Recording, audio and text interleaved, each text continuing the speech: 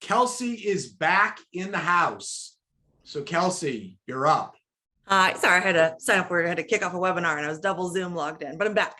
I'm really, really grateful for the work you do, Cate, because I think that I run our community for women in startups, particularly early stage startups. So I'm a big follower and I like what you're doing. And I love how actionable it is. And I was super grateful for survey results coming out. I wanted to ask, and I hope y'all didn't cover this while I was off, was that like the 1 in 3 that are not coming back to the workforce, it's been really difficult for me to find current data on that. So I'm so glad. Thank you for putting it out. Are you finding why they're not coming back? Does it seem like it's I have theories, but I want to hear if we're all able to get that granular, or is it? So I think what we know is 50% of childcare centers haven't reopened in the United States, right? That's a big factor in this. When you also look at not all of those 1 in 3 were full-time employed. So they could have been part-time, they could have job elimination. Also a big one, particularly in sectors like education, retail, hospitality. But a number of those where jobs were eliminated are also thinking like, well, do I really want to go back to the restaurant industry or sector, right? Do I really want to go back to being on my feet 12 hours a day? Maybe I could do something different.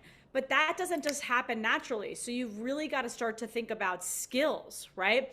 Upskilling, starting your own company. You work with startups, right? It's not easy. So I think with that 1 in 3, I think a lot of it still has to do with childcare and figuring out, sort of how to make it work. And then when you dig in further into some of those studies, you have to also look at how many are dual parent households.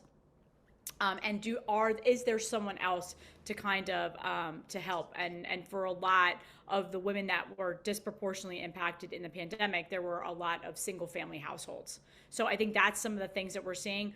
I also think depending on the generation, right? If you're in your 40s and 50s, maybe you've already built up a nest egg. Maybe your kids, if you had them, aren't younger anymore. You can take some of these bigger risks. If you're in your early 20s, you don't see those risks yet. You may not be thinking about a family.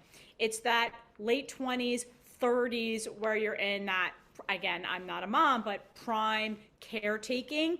You may need the financial security, job security. You may not be ready. So when you look at the Great Resignation, it's interesting just to see the statistics.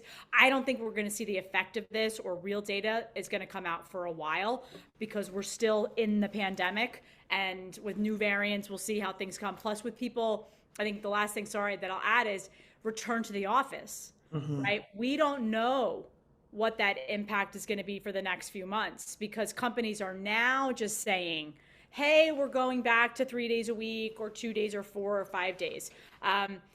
One of the things we learned from the study, that women love the flexibility. They felt very good about it. Well, we've all had flexibility because that was the whole world.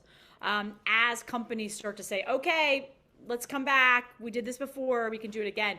I think we'll see in that data, why, right? I don't want to move. I've gotten used to being at home a few days a week. Again, childcare is a big one, because we know the childcare centers haven't reopened. Yeah. Actually, it's really so positive to the point of the transition that you said, that people are getting into a new field. That's also going to take time. It's kind of optimistic too, to think about. Yeah. Okay, wonderful. Thank you. Backed up a lot of what I was guessing. It's nice to hear the research supported. Love it.